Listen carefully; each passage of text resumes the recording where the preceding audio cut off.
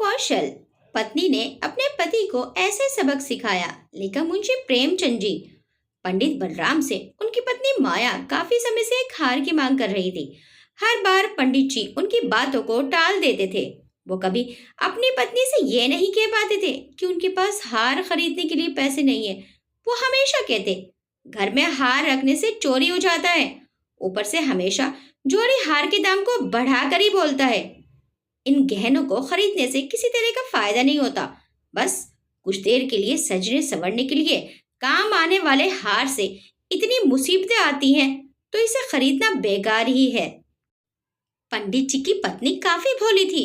वो हमेशा अपने पति की इन बातों में आ जाती थी। लेकिन दूसरी महिलाओं के पास गहने देखकर उसके मन में होता था कि काश मेरे पास भी ऐसा जेवर होता। वैसे पंडित थोड़ी मेहनत करते तो अपनी पत्नी के लिए हार खरीद सकते थे, लेकिन उन्हें सिर्फ भोजन करना और आराम करना ही पसंद था। वो अपने आलस्य के कारण पत्नी की चार बातों को सुनना भी बुरा नहीं मानते थे। एक दिन बच्चों को पढ़ाकर पंडित जी घर लौटे तो देखा कि उनकी पत्नी के गले में वही हार है जिसकी मांग वो लंबे समय से कर रही थी। हार देखते ही उन्होंने पूछा, अरे, इतना सुंदर हार तुम्हारे गले में कैसे आया? पत्नी ने जवाब में कहा कि ये पड़ोस में रहने वाली महिला का है। मैं उससे मिलने गई थी आज। उसने जब मुझे ये हार दिखाया तो मैं इसे पहनकर आ गई ताकि तुम इसे देख लो। मुझे बस ऐसा ही एक हार चाहिए। पंडित जी बोले, पगली, तुम किसी दूसरे का इतना महंगा हार लेकर आ गई हो। अगर चोरी हो गया तो ये बनवाना ही पड़ेगा और बदनामी होगी ऊपर से, वो अलग। पंडित जी की पत्नी कुछ सुनने को तैयार नहीं थी। उसने बताया कि ये 20 तोले का हार है और मुझे भी बिल्कुल ऐसा ही सेवर चाहिए।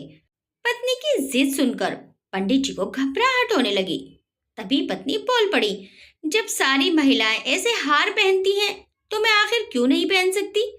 गुस्से में पंडित जी बोल पड़े, सब लोग कुएं में कूदेंगे तो क्या तुम भी कुएं में कूद जाओगी? ऐसा नहीं होता है कि जो दूसरे करें उसे हम भी करें। फिर पंडित जी ने दिमाग लगाकर अपनी पत्नी को बताया कि देखो, इस हार की कीमत आने वाले समय में घट जाएगी।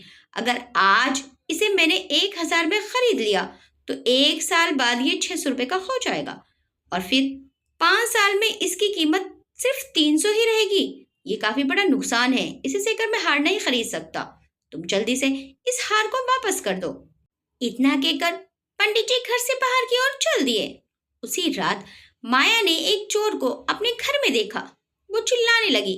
जब पंडित जी ने कहा कि क्या हुआ तो वो बोली, मैंने अभी एक परछाई को देखा है। वो घर के अंदर गया है। वो पक्का चोर है।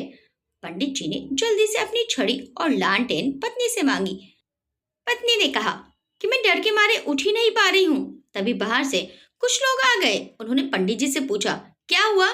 घर में चोरी हो गई है क्या?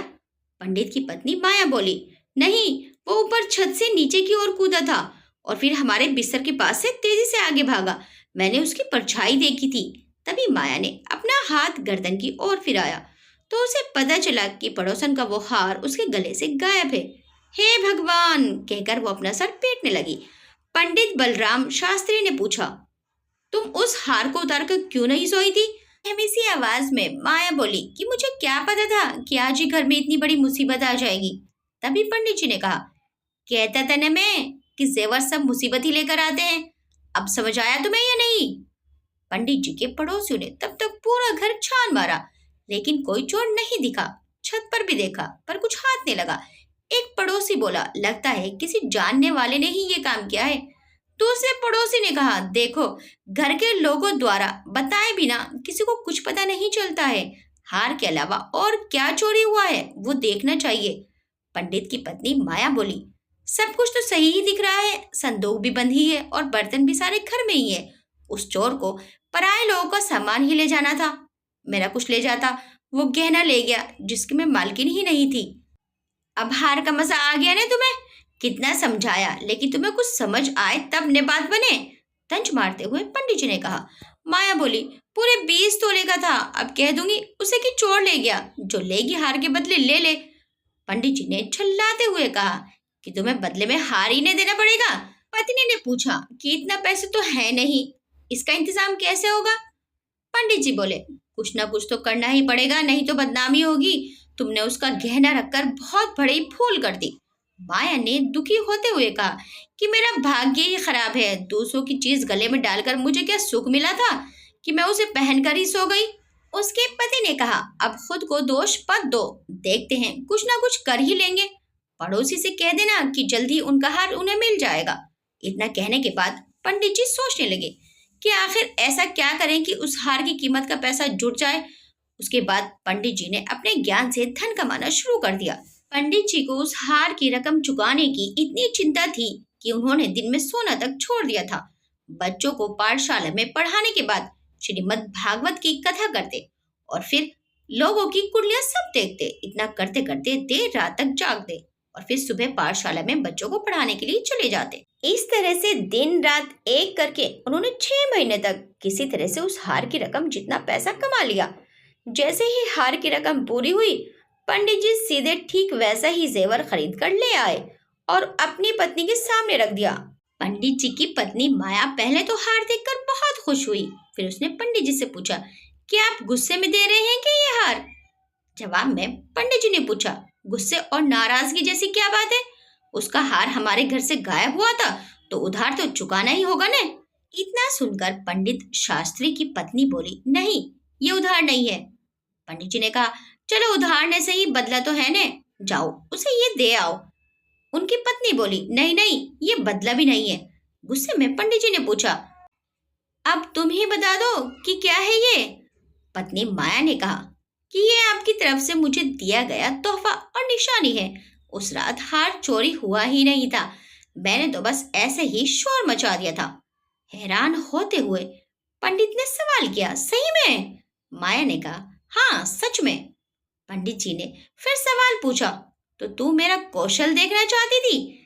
जैसे ही पत्नी ने जवाब हाँ में दिया तो पंडित जी बोले, तुम्हें कोई अंदाजा नहीं है कि इस कौशल के लिए मुझे क्या सब मूल्य चुकाना पड़ा है। पत्नी ने मासूमियत से पूछा, 600 से भी ज्यादा क्या? पंडित जी ने भारी मन से कहा, हाँ बहुत ऊपर। इस कौशल के लिए मुझे अपनी स्वतंत्रता तक को कुर्बान करना पड़ा। इस कहानी से हमें सीख मिलती है कि आलस्य में इंसान कई बार अपनों की इच्छा पूरी नहीं करता है, लेकिन जब उस पर जिम्मेदारी का भार पड़ता है तो वो उसे किसी भी तरीके से पूरा कर लेता है। आपको ये कहानी कैसी लगी हमें कमेंट करके जरूर बताइएगा। वीडियो अच्छी लगी तो वीडियो को लाइक शेयर सब्सक्राइब करना मत भूलिएगा। मिलते हैं नेक्स्ट टाइम एक अच्छी सी वीडियो के साथ। Till then bye bye.